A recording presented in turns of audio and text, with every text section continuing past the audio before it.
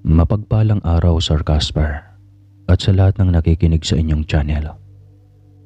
Tawagin niyo na lamang po ako sa pangalang Orly, Tubong Aklan. May katagalan na pong panahon nang nakalipas ang karanasan kong ito, mga kaaswang.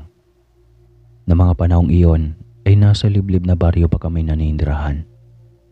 Marami sa lugar namin ang hindi naniniwala sa mga aswang at mga engkanto. Ika nga nila, nasa modernong panahon na umano tayo.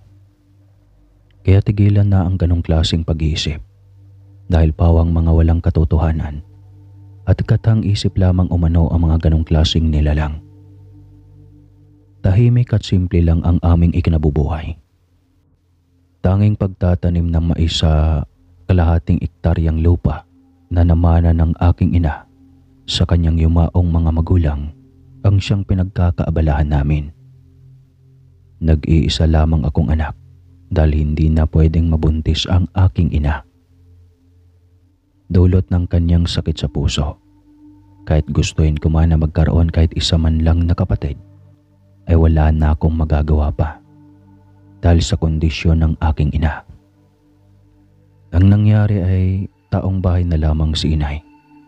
Hindi siya pwedeng magtrabaho dahil sa kanyang uri ng sakit. Ako na lang ang katuwang ni itay sa aming maisan. Tandang-tanda ko pa, buwan noon ng Marso, na may dumating na bagong salta sa baryo namin. Sila ang pamilya ni Mang Ramon. Nabili kasi nila ang loteng katabi ng bahay namin. Nagmula daw sila sa lugar ng Maguindanao. Sana naman mababait ang kapitbahay nating yan, hindi kagaya nung dati na sobrang sungit. Uwi ka ng aking ina sa aking ama. Ayan ka na naman, Luling, saad ni itay, sabay na papailing. Oh, bakit? Totoo naman ang sinasabi ko, Tubi ah. Uwi ka ng aking ina habang nakataas ang kanang kilay. Kaya napailing na lamang ako sa bangayan nilang dalawa.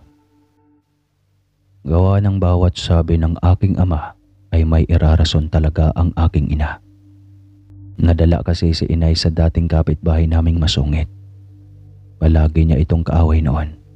At kung minsan pa nga ay naghahagisan pa sila ng planggan at balde kapag nagkakasabayang maglalabas sa sapa.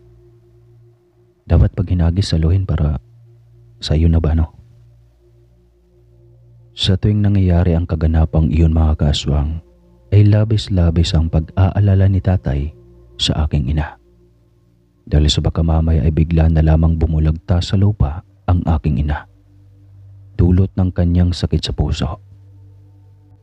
Kaya nga noong umalis ang kapitbahay namin na yon, ay nakahinga ng maluwag ang aking ama. Dahil sa wakas ay matahimik na ang aking inang, daig pa ang tegre kong magalit. Akala mo'y walang sakit sa puso, Sir Casper. Sa ilang linggong pananatili ng bago naming kapitbahay, ay maayos naman ang takbo ng aming pamumuhay. Naging tahimik ang aking ina at hindi ko siya naririnig na nagrereklamo sa aking ama tungkol sa aming bagong kapitbahay. Ngunit isang umaga, nabulabog ang aming tahimik na gising nang may matagpo ang bangkay malapit sa ilog. Ayon sa mga pulis na nag-imbestiga, ay baka daw isang mabangis na hayop ang gumawa sa karumal-dumal na sinapit ng biktima. Ngunit, marami ang mga hindi naniniwala. Kesyo baka daw sindikato ang may gawa. Meron din mga nagsasabi na baka daw hindi tao ang gumawa. Simula nang maganap ang krimen na iyon, ay lagi nang may nawawalang bata at hindi na matagpuan kung minsan naman ay may mga bangkay na natatagpuan sa mga masusukal na bahagi ng aming bayan. Marami akong mga naririnig na haka-haka na baka daw aswang ang bagong salta. Ngunit agad naman iyong pinabulaanan ni Kapitan na hindi iyon totoo. Sa kabila ng mga nangyayari ay tuloy pa rin ang aming buhay namin. Pinagpasa Diyos na lang namin ang lahat na sana ay gabayan niya kami sa araw-araw. Isang umaga, Habang nasa balkonahe ako ng aming bahay, ay nakita ko si Mang Ramon na nasa labas ng kanilang bahay na tila ba naghuhukay, kaya naisipan kong lapitan siya. "Magandang umaga ho, Mang Ramon." Bati ko sa kanya. Anong kailangan mo?" Tanong nito at saka matalim na nakatingin sa akin. Wala naman ho." Napahiyang sabi ko. "Kung gano'n ay umalis ka na dito." Madiin itong sabi. Kaya agad akong umalis dahil sa hiya. Hindi ko alam kung bakit siya galit agad sa akin, samantalang wala naman akong ginagawang masama sa kanya. 2 araw ang lumipas simula na mag-usap kami ni Mang Ramon, ay napapansin kong lagi nang sarado ang kanilang bahay. "Inay, bakit kaya laging sarado ang bahay ni Mang Ramon?" Tanong ko kay inay. "Hindi ko rin alam, anak. Nung isang araw nga ay nakausap ko ang kanyang anak. Ngunit may napansin akong kakaiba." Wika nito. "Ano namang kakaiba?" Biglang singit ng aking ama. "Para kasing ilag siya sa mga tao. Tipid lang kung sumagot, tsaka laging nakayuko." Sagot ni inay. "Baka naman nahihiya lang yung bata sa'yo." Saad ni Iday. Siguro nga." Lumipas ang 1 linggo ay naging payapa na muli ang aming lugar. Kaya buong akala namin ay tuluyan ng magiging tahimik muli ang aming bayan. Ngunit hindi pa pala. Isang maaliwalas na gabi, habang nagpapahangin ako sa labas ng bahay, mga bandang 10:30 na mga oras na iyon, ay napansin ko ang 2 tao na may hila-hila silang sako. Dahil sa liwanag ng buwan ay maliwanag ko ring nakikita ang 2. Nakita kong sina Mang Ramon at ang kanyang asawa. Nakakunot ang aking noo sa aking nakita. Alam kong mabigat ang laman ng sako dahil halos hindi na mahila ni Aling Krista. Nang makarating sila sa kanilang bahay ay agad naman silang sinalubong ng kanilang mga anak at agad na tinulungan na maipasok ang dala-dala nilang sako. Naging palaisipan sa akin kung ano ang laman ng sako. Hindi ko na lamang pinansin iyon at pumasok na lamang ako sa loob para matulog. Kinabukasan, nagkagulo na naman ang iba naming mga kapitbahay dahil may nawawala na naman daw na 2 lalaki. Dahil sa narinig ko ay bumalik sa aking isipan ang nakita ko kagabi. Gusto ko mang magsalita ngunit hindi pa ako sigurado, kaya pinili ko na lamang na manahimik. Sa tuwing dadaan ako sa bahay ni Mang Ramon ay hindi ko maiiwasang mapatitig doon. Hindi mo din aakalain na may nakatira sa bahay na iyon. Dahil bukod sa madilim sa loob, ay nagkalat pa ang mga tuyong dahon sa labas ng bahay na animoy ilang buwan nang walang nakatira. Bakit kaya hindi ko masyadong nakikitang lumalabas ang mga tao dyan sa kabila? Pati tuloy ang labas ng bahay nila ay marumi. Takang tanong ng aking ina habang nakatingin sa bahay ng kapitbahay namin. Ayon ka na naman sa pagiging usisera mo, Luling. Pwede bang huwag mo silang pakialaman kung ano ang gusto nila sa buhay? Ang mahalaga ay hindi nila tayo pinapakialaman. Sabi ni Itay. Agad namang napasimangot ang aking ina at pinagtaasan niya ng kilay ang aking ama. Eto naman, nagtataka lang naman ako eh. Minasama mo naman kaagad. Wika naman ng aking ina. Hayaan mo na sila. Nasa kanila na kung ano ang gusto nilang gawin sa buhay nila. Tsaka wala ka sa posisyon para sabihin sa kanila na linisin ang kanilang paligid. Lupa nila iyang tinitirhan nila, kaya gagawin nila kung ano ang gusto nila. Dugtong pa ni Itay. Inis na sumimangot na lamang ang aking ina at hindi na kinulit pa ang aking ama. Sa totoo lang, Sir Casper, may pagkatsismosa din ang aking ina. Lahat na lang ng ginagawa ng kapitbahay namin ay binabantayan niya. Kulang na lang pati utot ng kapitbahay namin ay ire-report ni nanay sa aking ama kung anong kulay ng utot. Di joke lang. Kaya naman inis na inis ang aking ama sa ginawa ng aking inang pangingialam sa kapitbahay namin. Kaya naman tuwing nagkukwento ito ay agarang binabara siya ng aking ama at pinagsasabihang wag na ngang pakialaman ang buhay ng kapitbahay namin. Dahil sa baka mamaya ay magkaroon pa kami ng kaaway. Kung dati ay hinayaan lang ng aking ama si nanay na makipagsabunutan sa kapitbahay namin, pues ngayon, hindi niya na umano hahayaang magkaroon na naman ng kaaway ito. Dahil baka mamaya hindi niya matansya ang sarili at magkaroon siya ng kaaway. Isang umaga, habang papunta ako sa tindahan para bumili ng mantika, ay nakasabay ko ang anak ni Mang Ramon. "Magandang umaga," nakangiti kong sabi. Magandang umaga din sa'yo." Mahina at nauutal nitong sabi habang nakayuko. "Ano palang pangalan mo?" tanong ko. "Silo po," tipid nitong sagot. "Ako naman si Orly," saad ko. Saan ka pupunta pala?" tanong ko ulit. "Sa bayan po." "Bakit ka nakayuko? Hindi naman ako nangangain ng mukha ah." Biro ko sa kanya sabay tawa. Dahilan para mapatingin ito sa akin. Ngunit parang tumigil ang mundo ko nang masilayan ko ang kanyang mukha. Napakaganda niya, kulay bughaw ang kanyang mga mata. Ang ganda mo pala," ani ko at agad naman itong yumuko. Salamat," nauutal nitong sagot. Pagkarating namin sa kanto ay umalis na siya papunta sa bayan. Habang pauwi ako ay hindi pa rin mawala-wala ang ngiti ko sa labi hanggang sa makarating ako sa bahay. "Mukhang malapit na tayong magkaroon ng manugang tubi." Saad ni inay. Kaya napatingin kami ni tatay sa kanya. Anong ibig mong sabihin, Luling?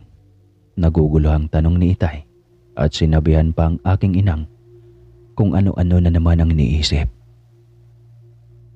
"Alam mo kasi, kanina ko pa napapansin ng isa dyan na malawak ang ngiti simula nang umuwi kanina." Nakangiting sabi ni inay sabay tingin sa akin. Tumingin naman si itay sa akin kaya nag-iwas ako ng tingin. "May nakilala lang ho akong kaibigan ay," pagpapalusot ko. Pero halatang hindi kumbinsido si inay base sa kanyang itsura. Simula nang magkakilala kami ni Selo, ay naging magkaibigan na kami. Lagi na siyang pumupunta sa bahay. Ngunit may napupuna lang ako sa kanya na kakaiba. Ayaw niya kasing dumalaw ako sa bahay nila.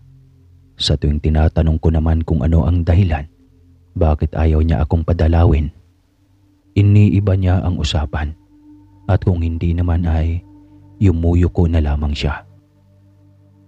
"Selo, may gusto lang sana kong itanong sa'yo kung ayos lang," sambit ko. Ano yun?" Nauutal nitong sabi. Kaya nag-aalinlangan akong tanungin siya. "Bakit ayaw mong dumalaw ako sa inyo?" tanong ko. "Mahabang kwento kasi, Orly." Nakayokong sabi nito. "Meron ka bang problema sa pamilya mo?" tanong ko ulit. "Pasensya ka na, Orly. Kailangan ko nang umuwi." Biglang saad nito at agad na tumakbo pauwi sa kanila. Hindi ko alam kung meron ba siyang problema na hindi niya pwedeng ipaalam sa iba. Lumipas ang isang buwan na pagiging magkaibigan namin, ay niligawan ko si Selo. Isang linggo ang nakalipas bago niya ako sagutin.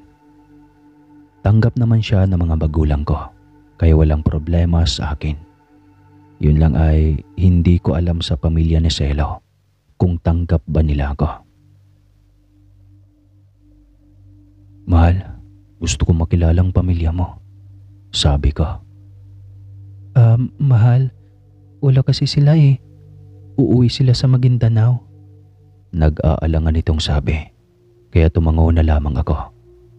Kahit na alam kong nagsisinungaling lang siya. Iniisip ko na lang na baka may dahilan siya. Isang araw, bigla na lamang kaming nakarinig ng malakas na kalabog mula sa bahay ni Selo.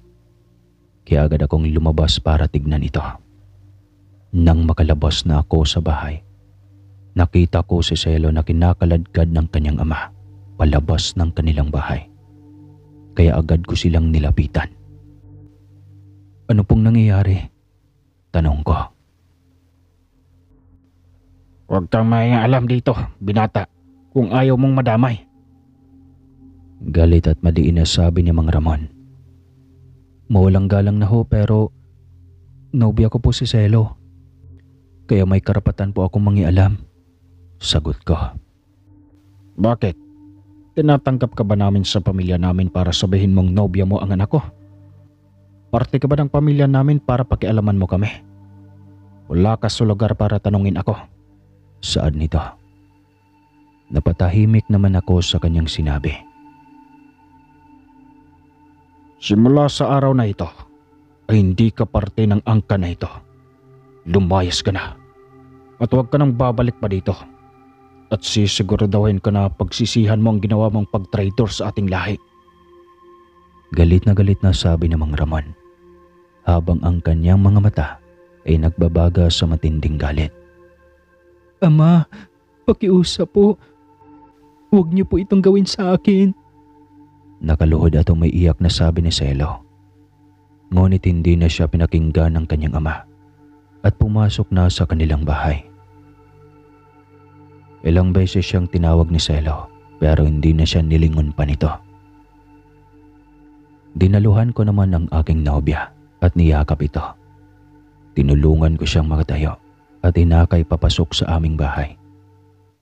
Agad naman siyang binigyan ni Mama ng tubig upang sa ganon ay mahimasmasan siya. Noong mahimasmasan na siya ay tinanong ko kung ano ang dahilan at bakit pinalaya siya ng kanyang ama. Sinabi ko kasi na gusto silang makausap at makilala mo, Orle. Sagot nito. Ibig mo bang sabihin ay hindi nila ako tanggap bilang nobyo mo? Nag-aalalang tanong ko. Oo. Tipid at malungkot nitong sabi. Pero mahal mo ba ang anak namin? Tanong ni Itay. Opo, mahal na mahal ko po ang anak ninyo. Walang kagatol-gatol niyang sagot. Kung ganun edi, tumeto ka na. Wala namang problema sa amin. Yun nga lang kailangan niyo munang magpakasal. Saad ni Itay. Maraming salamat po at tanggap niyo ako. Masayang wika ni Selo at niyakap naman siya ni Inay. Naging mabilis ang pangyayari mga kaswang. Makalipas nga ang ilang linggo ay ginanap na nga ang aming simpleng kasalan sa West. Gusto ko sana sa simbahan pero ayaw ni Selo. Masyado daw magastos. Wala kahit ni isang kamag-anak ni Selo ang dumalo sa aming kasal. Mabilis lumipas sa mga araw at ngayon ay buntis na ang aking asawa. Kaya sobrang saya ko.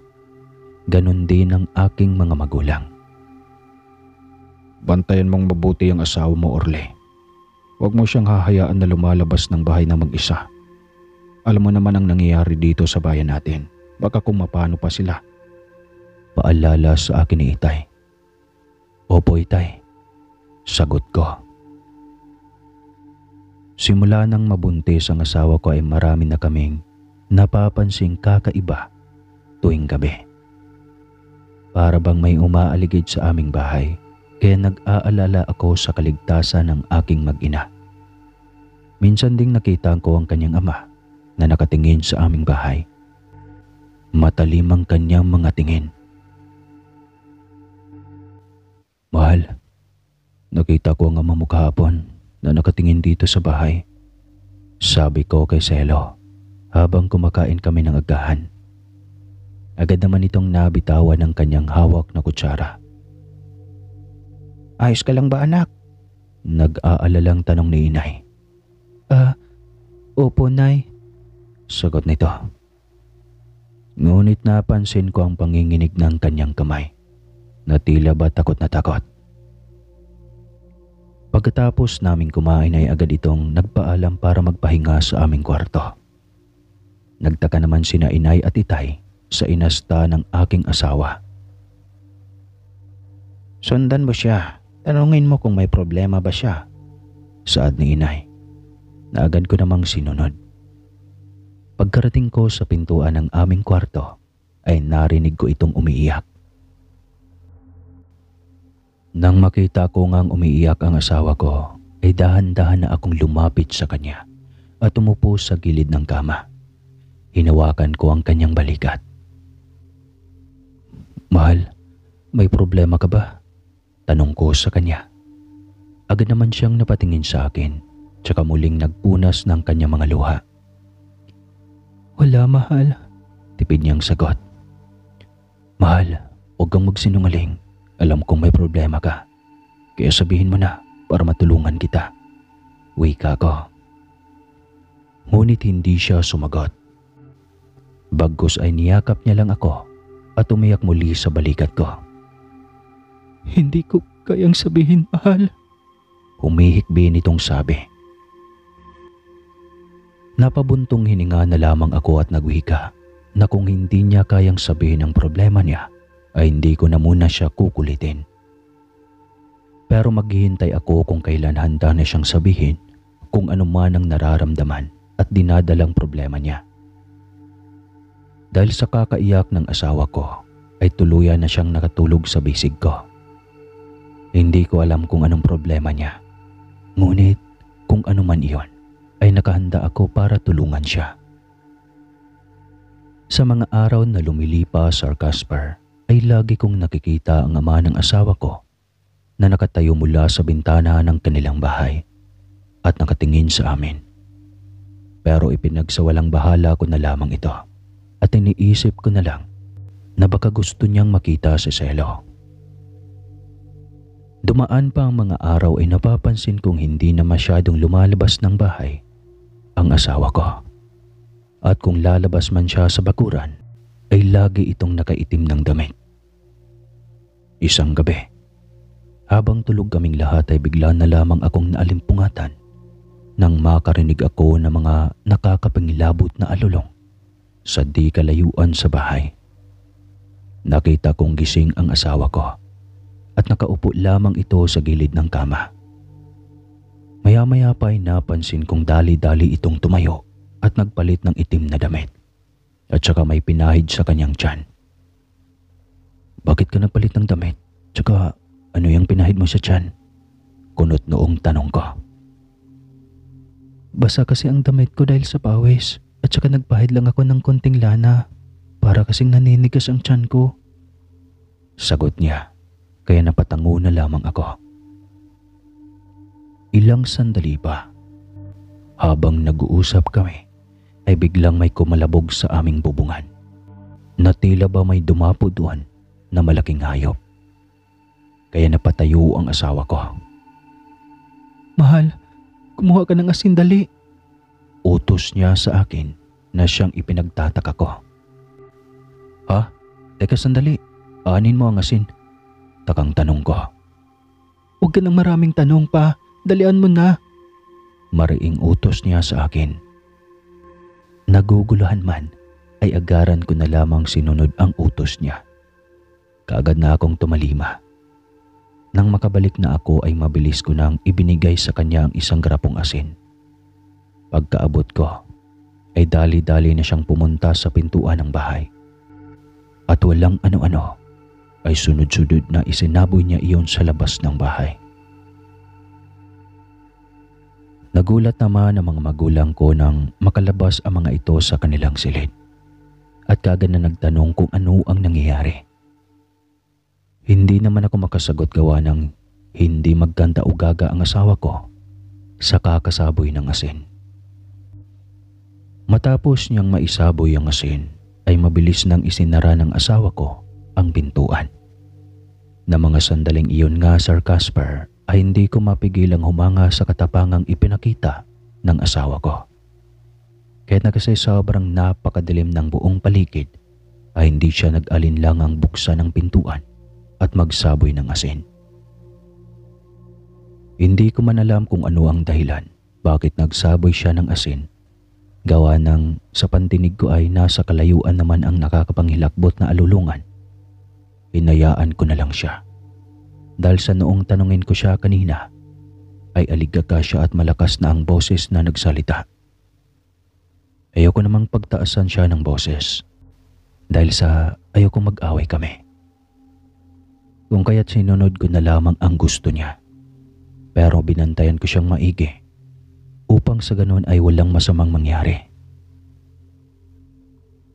Ilang saglit pa ay naririnig na lamang namin ang malalakas na pag-ungol na tila ba may nasasaktang tao sa labas ng bahay. Sumigaw iyon at animoy umiiyak sa labis na sakit. Maya-maya pa ay nakarinig kami ng pagaspas na mga pakpak na papalayo. Narinig ko pang nagtanong ang aking ina kung ano iyong pumapagaspas sa labas ng bahay. Nang tignan ko naman ang asawa ko, ay napansin kong hindi siya makatingin sa akin ng diretso. At para bang may pilit siyang iniiwasang malaman ko. O kaya sa madaling salita ay may itinatago siya. Pero hindi ko lang alam kung ano. Buong magdamag na hindi ako nakatulog. Hindi kasi maalis-alis sa aking isipan ang ginawa ni Selo. Lubos akong nagtataka kung bakit niya isinaboy sa labas ang asin na pinakuha niya sa akin. Mag-uumaga na ngunit hindi pa rin ako inaantok. Pagsapit ng umaga ay napagpasyahan kong magluto na lamang ng aming agahan.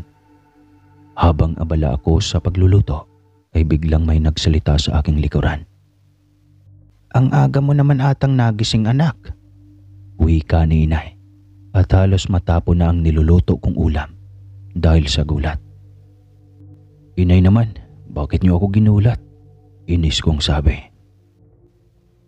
Ay, pasensya ka na, anak. Akala ko kasi nakita mo ko. Nakangiti nitong sabi. Hindi ko na lang pinansin. At ipinagpatuloy ko na lang ang pagluluto. 8:00 na ng umaga nang magising ang asawa ko. Magandang umaga, mahal. Bati ko sa kanya. Magandang umaga din, mahal. Nakangiti nitong sagot at hinalikan ako sa labi. Pagkatapos namin kumain ay nagpaalam na ako kina inay at Selo. Napupuntahan ko muna si Itay sa Maisan. Habang binabagtas ko ang daan papunta sa Maisan namin, ay may napapansin akong bakas ng dugo, kaya agad akong kinabahan. Sinundan ko ang mga iyon at dinala ako sa may pinakadulo na halos wala ng tao ang pumupunta doon. May nakita akong tao at nakatalikod ito, kaya hindi ko makita ang kanyang muka.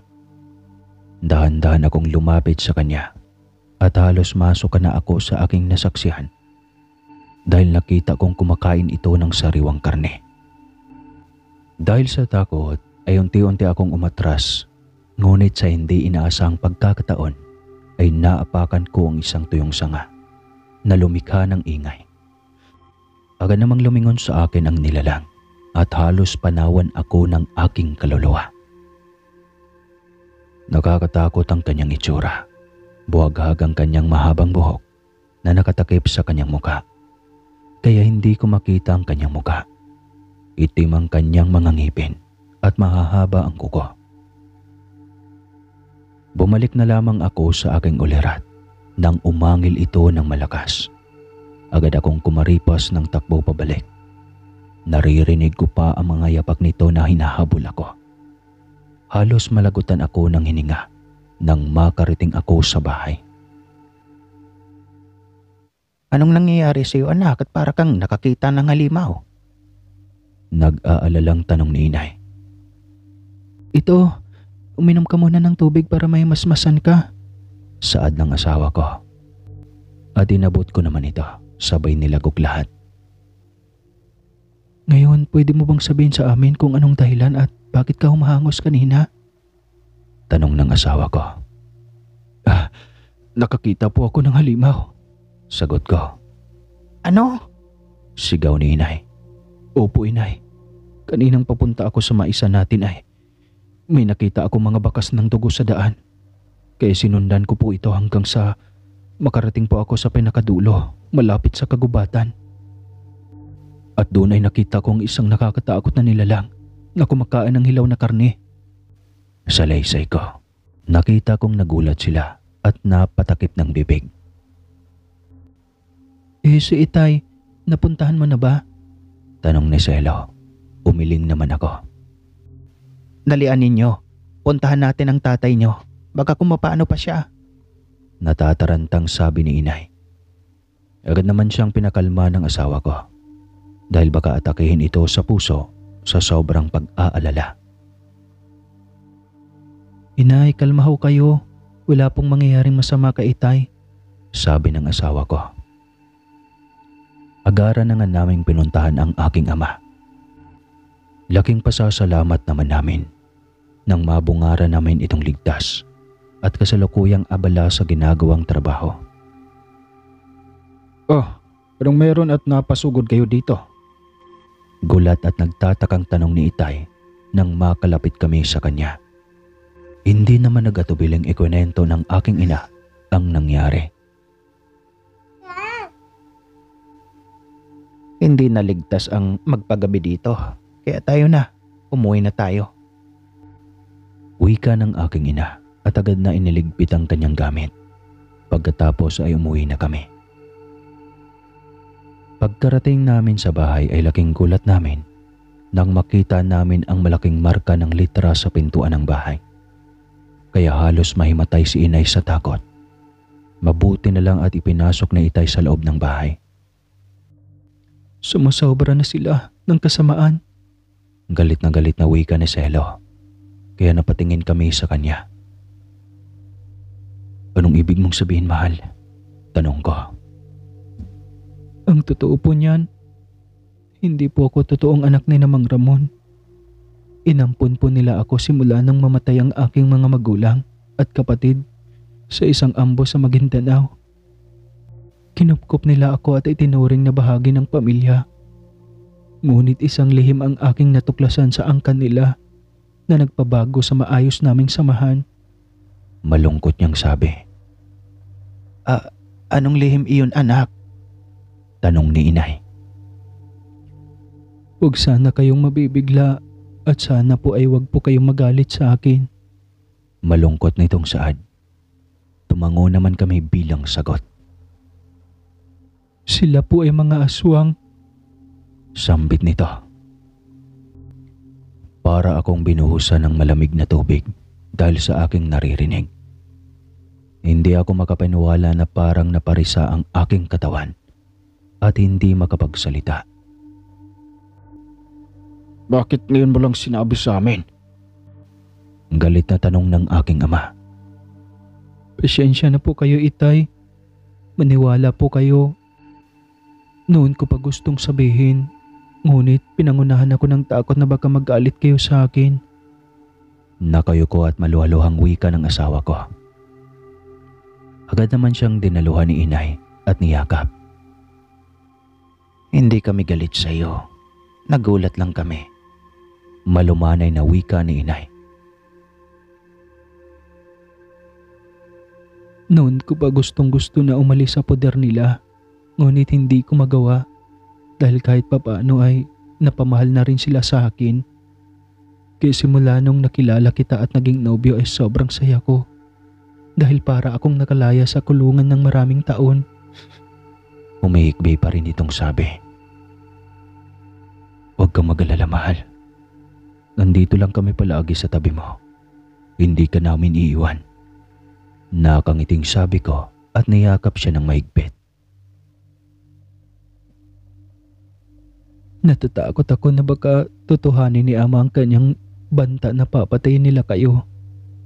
Ako kasi ang nakatakda sana na magiging asawa ng kanilang panganay na anak. Kaya gustong gusto ko na may mangyari sa atin noon kahit hindi tayo kasal. Yun lang kasi ang tanging paraan para hindi matuloy ang kasal namin. Salaysay niya. Dahil sa mga nalaman ko ay sobrang nag-aalala ako para sa kaligtasan ng aking pamilya. Itay, ano po bang dapat nating gawin? Tanong ko. Kailangan nating paghandaan ang mga posibleng mangyari, lalo na't may pagbabanta sa buhay natin, lalo na ang kaligtasan ng mag-ina mo. Walang kagatol-gatol na sagot ng aking ama. Nang gabing iyon ay napagdesisyon na namin na sa sala na lang kami matutulog para kahit papano ay mapoprotektahan namin ang isa't isa. Nang sumunod na gabi, habang inaayos ni na Inay at Selo ang aming higaan, ay nakarinig kami ng malalakas na pagaspa sa bubungan. Kaya agad naming inihanda ni Itay ang aming mga itak. Maya-maya pa ay biglang sumigaw si Selo, kaya agad ko itong nilapitan. Bakit? Nag-aalalang tanong ko. Ang sakit ng puson ko. Ang sakit ng puson ko. Sigaw nito habang namimilipit. Natataranta na ako. Hindi ko na alam kung ano ang gagawin. Halos maiyak na ako dahil sa awa sa aking asawa. Asin! Kunin mo yung asin! Utos nito sa akin. Agad namang tumalima si Inay at kinuha ang asin sa kusina. Anong gagawin ko dito sa asin? Natatarantang tanong ni Inay. Isabay sa labas. Nahihirapang sabi ni Selo. Kinuha ko ang asin kay Inay at tumakbo palabas ng bahay. Agad kong isinaboy sa bubong. Nangilabot ako nang marinig ko ang nakakatakot na ungol ng nilalang matapos matamaan ng asin. Dahil sa liwanag ng bilog na buwan ay nakita kong umuusok ang mukha ng nilalang. Kaya agad kong isinaboy sa kanyang natitira pang asin. Halos buong katawan ng nilalang ay umuusok na tila ba sinusunog. Agad itong lumipad papalayo habang umuungol na parang umiiyak sa sakit. Pumasok ako sa loob at naabutan ko si Selo na parang lantang gulay. Nangihina ito at butil-butil ang pawis. Mahal, dadalhin ka namin sa ospital. Wika ko. Tatayo na sana ako ngunit pinigilan niya ako. Huwag na mahal. Ayos lang ako. Hindi na masakit ang tiyan ko. Mahina nitong sabi. Aangal sana ako ngunit umiling ito kaya wala na akong nagawa pa. Buong magdamag ay hindi kami nakatulog ni Itay. Habang si Inay naman, magkatabi sila ni Selo. Kinabukasan, habang naglalakad ako sa aming bakuran, ay nakita ko ang asawa ni Mang Ramon na matalim ang tingin sa akin. Na para bang papatayin niya ako sa kanyang isipan. Pansin ko rin ang kaliwang bahagi ng kanyang mata na para bang nalapnos, pati ang kanyang dalawang braso. Magandang umaga po, Manang. Ano pong nangyari sa mukha ninyo? Kunwaring tanong ko. Mag-iingat ka, binata. Baka magsisi ka sa huli. Seryosong sabi nito. Wala naman po akong ginagawang kasalanan kaya wala po akong dapat na pagsisihan. Sagot ko. Agad itong naglakad papasok sa kanilang bahay. Ngunit bago pa ito tuluyang pumasok ay nagsalita pa ito. Ingatan mo ang mag-ina at magulang mo. Dahil baka bukas o mamayang gabi ay hindi mo na sila makikita pang muli. Lalo na ang asawa mong sobrang bango niya kasi nakakatakam. Nakangisi nitong sabi bago tuluyang pumasok sa bahay nila. Agad naman akong tinabla ng takot sa kanya mga sinabi. Pagpasok sa bahay ay sinabi ko kina Itay tungkol sa nakita ko kanina. Kung ganoon, hindi ako nagkakamali ng hinala. Talagang gusto nila akong mawala. Naiiyak na sabi ni Selo habang nakahiga. Niyakap ko naman ito para pakalmahin. Hindi naman ako galit sa kanila. Tanggap ko naman kung ano sila, pero ang hindi ko lang matatanggap ay ang pagtitil nila ng buhay ng mga inosenteng tao para lang maibsan ang pagkatakam nila sa laman ng tao. Mahal na mahal ko sila dahil kahit ganun sila ay naging pamilya ko sila. At kahit kailan ay hindi mawawala sa puso ko ang ginawa nilang pagkupkup sa akin. Umiiyak na sabi ni Selo. Hindi ako makapaniwala sa sinabi ng asawa ko. Ngunit hindi naman ako pwedeng magalit sa kanya. Kasi naging maayos naman ang pagtrato sa kanya. Wala na tayong magagawa pa, anak. Dahil kung yan ang pinipili nilang daan, ay hindi na natin mababago pa. Ipagdasal na lang natin na sana ay makita nila ang tamang daan. Saad ni inay. Dahil sa mga nangyari ay mas lalong naging malala ang lahat. Halos hindi na nila kami pinapatulog sa gabi. Kaya humingi na kami ng tulong kay Kapitan. Kasama si Kapitan at mga tanod ay pinuntahan namin ang bahay ni Mang Ramon. Anong kailangan ninyo, Kapitan? Seryosong tanong ng matanda. Pasensya na sa istorbo. Pero gusto sana namin kayong kausapin. Magalang na wika ni Kapitan. Sa anong dahilan? Seryoso pa ring tanong ng matanda at hindi makatingin ng diretso. Itatanong lang sana namin kung may katotohanan bang sinasabi ni Orle tungkol sa inyo. Diretsa ang sabi ni Kapitan. Walang katotohanan ng lahat ng iyon. Tsaka kung meron kayong ebidensya ay di ilabas nyo. Pero kung wala, huwag kayong mangbintang dahil baka pagsisihan ninyo. Nanlilisik nitong sabi. At ibinalibag pa sarang pinto. Nagkatingin na naman kami ni na Kapitan at mga tanod. Pagkatapos ay umuwi na ako sa bahay. At agad akong tinanong ng aking asawa kung ano ang nangyari sa lakad namin. Ikwento ko naman sa kanila ang buong nangyari at nagulat sila sa nalaman. Aba, hindi lang pala sila halimaw. Bastos pala sila. Saad ni inay. Dahil sa ginawa ko, mas lalong nagalit ang pamilya ni Mang Ramon. Halos hindi na nila kami pinapatahimik, araw man o gabi. Maging ang iba pa naming kapitbahay ay natatakot na rin sa kanila. Kaya mas pinili na lang ng iba na umalis na lamang at manirahan na sa iba nilang mga kamag-anak sa ibang lugar. Ngunit ang iba naman ay mas pinili nilang manatili rito. Hindi na namin alam kung ano ang dapat gawin. Sinabi ko na sa aking mga magulang na umalis na lang kami. Ngunit hindi sila pumayag. Katuwiran nila ay bakit daw namin lilisanin ang lugar kung saan namatay at inilibing ang kanilang mga magulang. Kaya wala na akong nagawa kundi ang sundin ang kanilang gusto. Maging ang aking asawa ay hindi sang-ayon sa aking sinabi. Ngunit natatakot ako na baka mapahamak pa kayo kung manatili pa tayo dito. Wika ko sa aking asawa. Mahal, makinig kang mabuti sa akin. Kahit saan tayo pupunta, isusundan pa rin nila tayo. At natitiyak kung maraming madadamay kapag nagkataon. Sagot niya.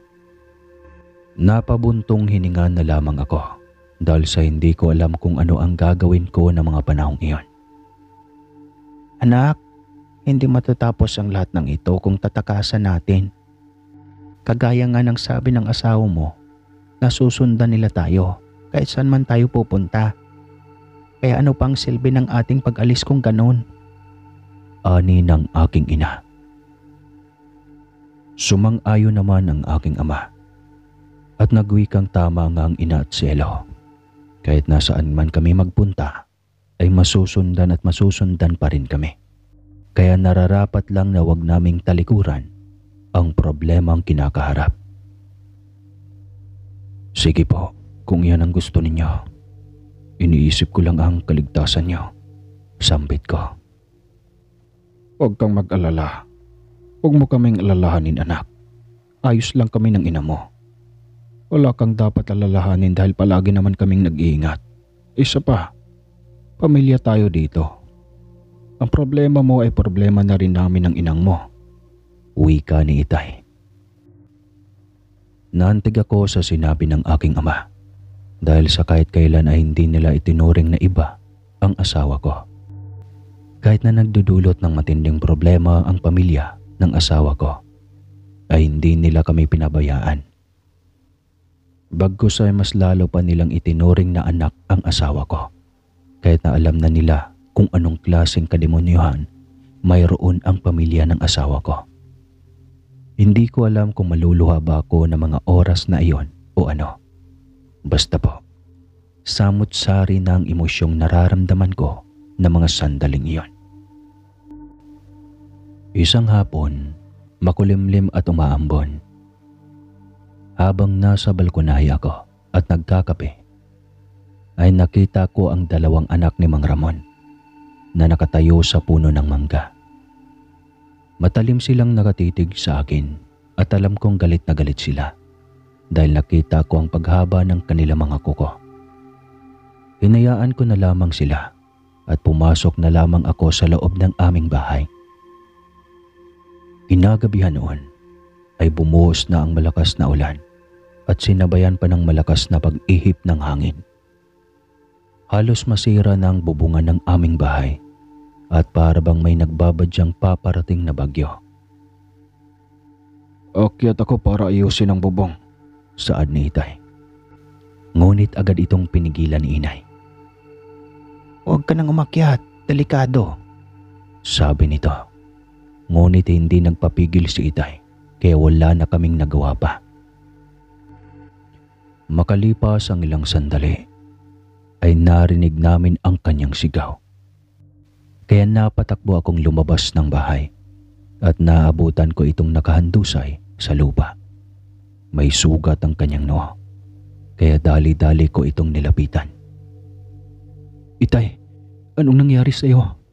Tawag ko sa kanya at nag-aalalang tinanong. Dinilat nito ang kanyang mga mata. Tinulungan ko siyang makatayo.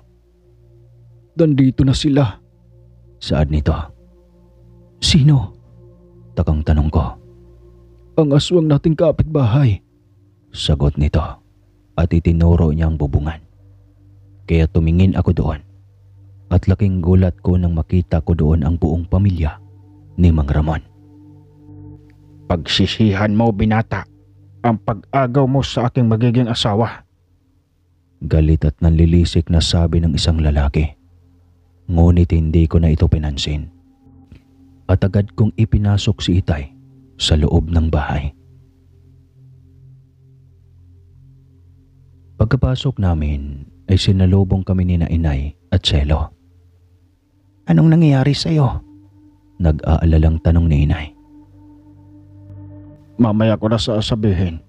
Urle, kunin mo ang itak. Luling, samahan mo si Cielo sa kanilang kwarto. Magtago kayo roon. At kahit anong mangyari ay huwag kayong lalabas.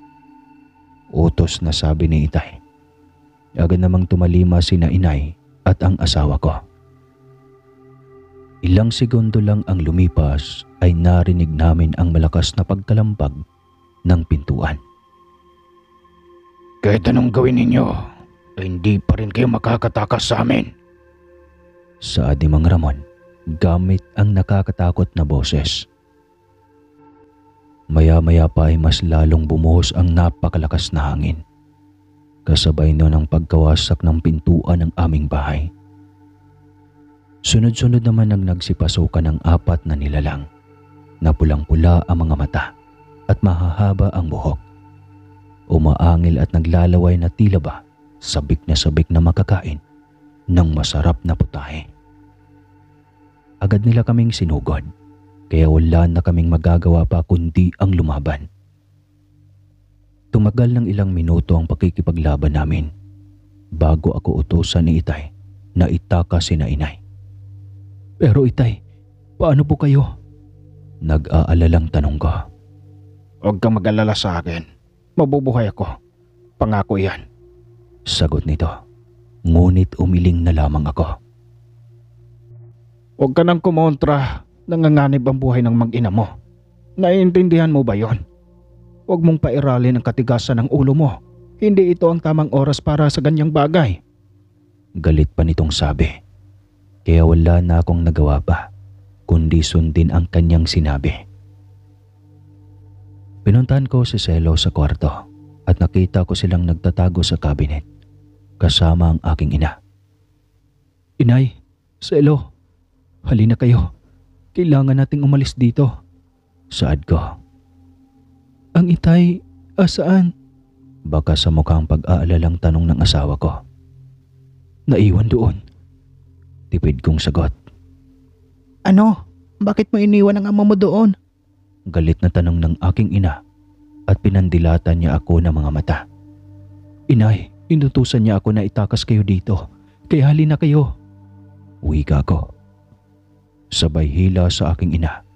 Ngunit nagpumiglas ito at pilit na gustong puntahan ang aking ama. Hindi tayo alis dito nang hindi kasama ang ama mo.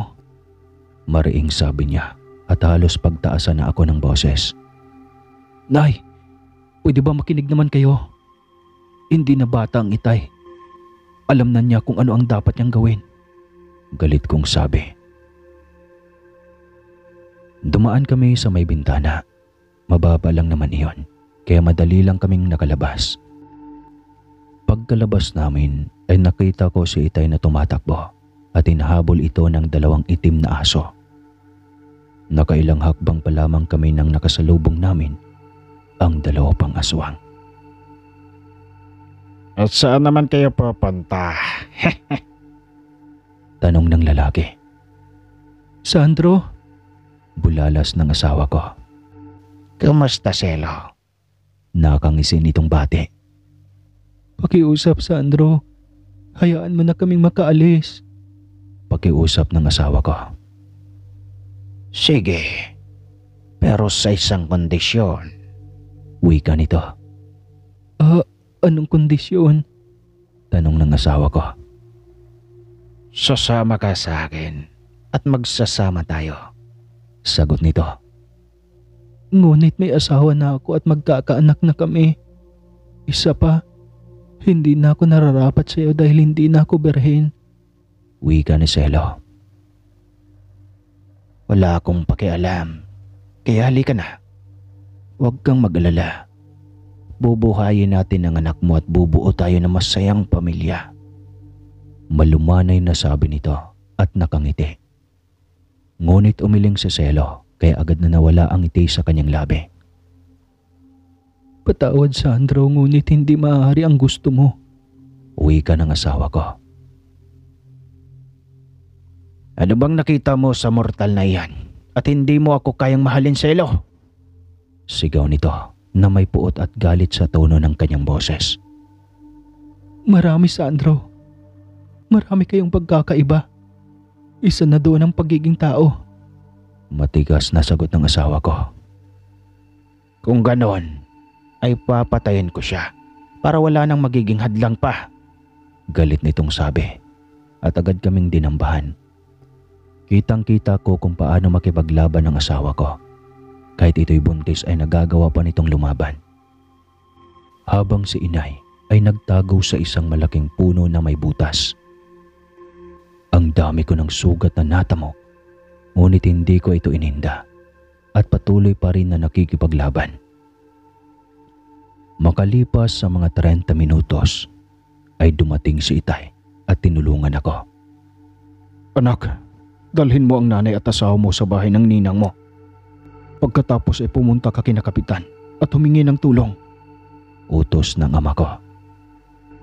Hindi pa man kami nakakalayo sa bahay ay biglang natumba si inay. Nilapitan namin ito at nakita kong nahimatay ito. Kaya kaagad ko itong isinakay sa aking likod. Marahil ay dahil ito sa kanyang sakit. Mahal, sandali lamang. Pagod na ako at kumikirot ang aking tiyan. Saad nito. Nakita ko ang dugo sa kanyang hita. Dali-dali kong ibinaba si inay at nilapitan ng aking asawa. Mahal, ang anak natin. Umiiyak na nitong sabi habang nakatingin sa kanyang hita. Mabilis na akong humanap na pwedeng mapagtataguan at nang makahanap ako, ay agad kong dinala doon ang asawa ko at si inay. Mahal, dito muna kayo. Tatawag lang ako ng tulong. Saad ko. Mahal, huwag mo kaming iiwan. Humihikbi nitong sabi. At kitang-kita ko sa kanyang takot na. Babalik ako, mahal. Pangako yan. Sa ngayon ay dito muna kayo ni inay. Saad ko at hinalikan ito sa kanyang labi. Pagkatapos ay agad akong umalis. Tumakbo na. Dali nahabol ako ng lalaking nagngangalang Sandro. Ngunit dahil sa bilis nito ay naabutan niya ako. Sa tingin mo ba ay matatakasan mo ako? Saad nito. Naglaban kami. Ngunit dahil sa taglay nitong liksi ay nahihirapan akong talunin siya. Napakahina mo naman. Hindi mo kayang protektahan ang sarili mo. Paano pa kaya kung si Selo? Kaya hindi ka karapat-dapat para sa kanya. Pang-iinsulto nito sa akin. Dahil sa sinabi nito, ay agad akong bumangon sa aking pagkakatumba at hinarap siya. Patutunayan ko sa iyo na nagkakamali ka. Galit kong sabi. Napangisi naman ito ng nakakaloko. Agad ko siyang sinugod at nakipaglaban. Nagpalitan kami ng lakas. Ngunit alam kong di hamak na mas malakas siya kaysa sa akin. Gayon pa man ay wala akong balak na umatras sa kanya. Mas lalong nadagdagan ang mga sugat ko sa katawan. Nangihina na ako. Ngunit hindi ako nawawala ng pag-asa. Nang magkaroon ako ng pagkakataon, ay agad akong tumakbo dahil naalala ko ang kalagayan ni inay at Selo. Nang makarating ako sa bahay ni na Kapitan, ay agad akong pumasok sa kanilang tarangkahan. Kumatok ako sa pinto ng sunod-sunod. Ngunit walang sumasagot, kaya halos magiba ko na ang pinto sa lakas ng aking pagkalambag. Pero wala pa rin lumalabas. Kaya lumipat ako sa ibang bahay. Nagbabaka sakaling may tumulong sa akin. Ngunit nakalimang bahay na ako nang napuntahan ay wala akong napala. Kaya hindi ko na alam ang gagawin ko. Hindi ako maaaring bumalik na walang dalang tulong. Ipinagpatuloy ko ang pagkatok sa mga bahay. Nagbabaka sakaling may maawa sa akin. Napaluhod na lamang ako sa kalsada at umiiyak dahil walang sino man ang gustong tulungan ako. Habang nakayuko ako at umiiyak, ay may biglang humawak sa balikat ko. Kaya napalingon ako at nakita ko ang 5 kalalakihan. Kaibigan, tutulungan ka namin. Saad nito, kaya napatayo ako. Salamat. Maraming salamat. Saad ko. Binaybay namin ang daan pabalik sa kinaroroonan ng aking ina at asawa. Habang naglalakad kami, ay nakasalubong namin sina Sandro at ang isa pa nitong kasama. At nagdala ka pa talaga ng kakampi mo, ha? Kahit 1 dosena pang tawagin mo, ay hindi ninyo kami kaya. Sambit nito. At agad silang nagpalitanyo at naging mabangis na malaking aso. Ito, gamitin mo. Saad ng lalaki. Sabay abot sa akin ng isang buntot pagi. Ngunit, papaano ka? Anong gagamitin mo? Tanong ko. Huwag kang magalala. Meron ako mahabang itak. Sagot nito. Tinanggap ko naman ang buntot pagi. Hinarap namin sila ng buong tapang dahil alam namin na hindi kami pababayaan ng Diyos. Bawat hagubit ko na tumatama sa balat ng aswang ay umuusok ito na animoy sinisindihan.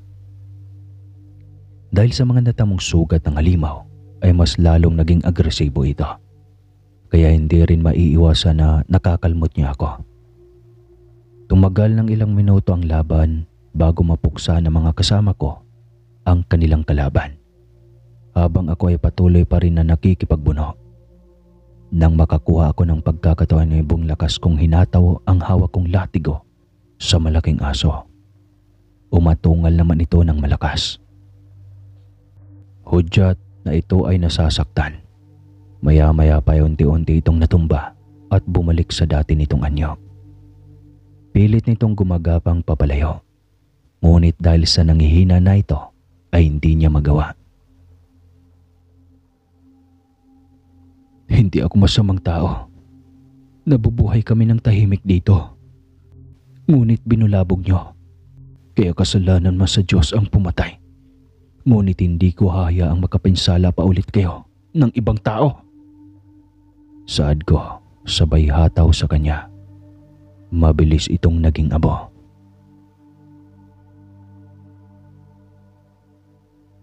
Pagkatapos nito ay pinuntahan namin sina inay at naabutan namin na nangihina ang aking asawa. Habang si inay ay wala pa ring malay, inutusan ko ang iba na hanapin si itay. Dinala namin sa paggamutan ng asawa ko at ang aking ina. Ngunit hindi na umabot si inay.